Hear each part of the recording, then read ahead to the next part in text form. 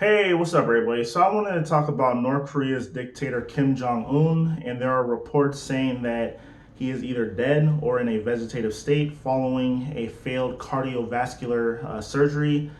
He has problems with obesity and smoking, and that caught up to him. He was only 33 years old. So if he's dead um, at such an early age, I mean that's pretty crazy. But at the same time, I show no sympathy towards someone who is in charge of a country that has death camps and has their people living in a state of excruciating poverty. I mean, people in North Korea have zero rights.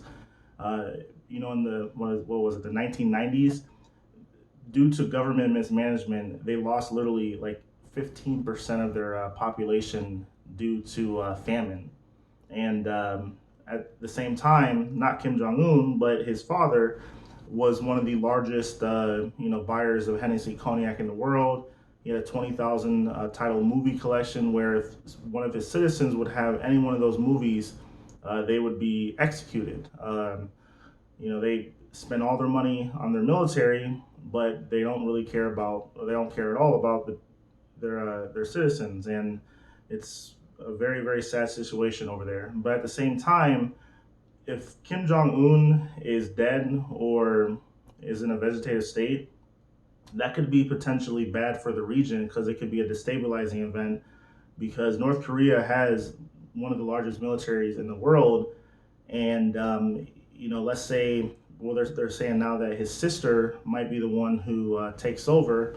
What her attitudes might be towards the world, who knows? She might want to sell nuclear missiles on the black market, and I mean, we really don't know what to expect. And then also with North Korea being one of the poorest countries on the planet, uh, for South Korea and China, they're going to face a massive uh, refugee crisis. Millions of people might want to flee to the south, or they might want to flee to the north because they're living in a state of poverty that's so bad.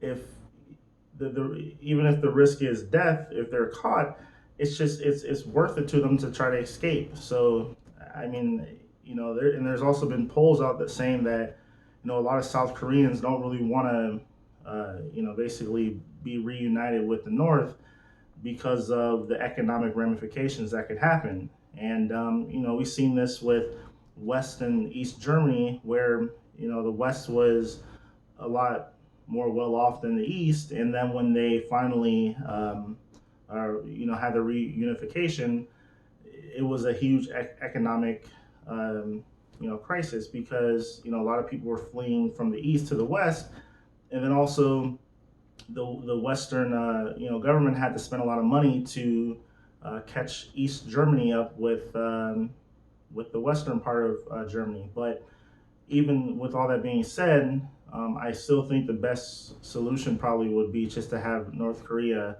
join South Korea, and they can live under a South Korean government where people are free and have human rights.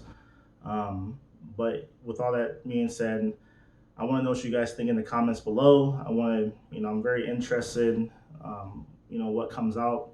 If he is dead, what's going to happen to that country and what is going to be the ramifications for the surrounding countries in that region. So it's going to be a very interesting time in that area. So if you guys haven't already, please hit that subscribe button, like this video, and share it. Thanks.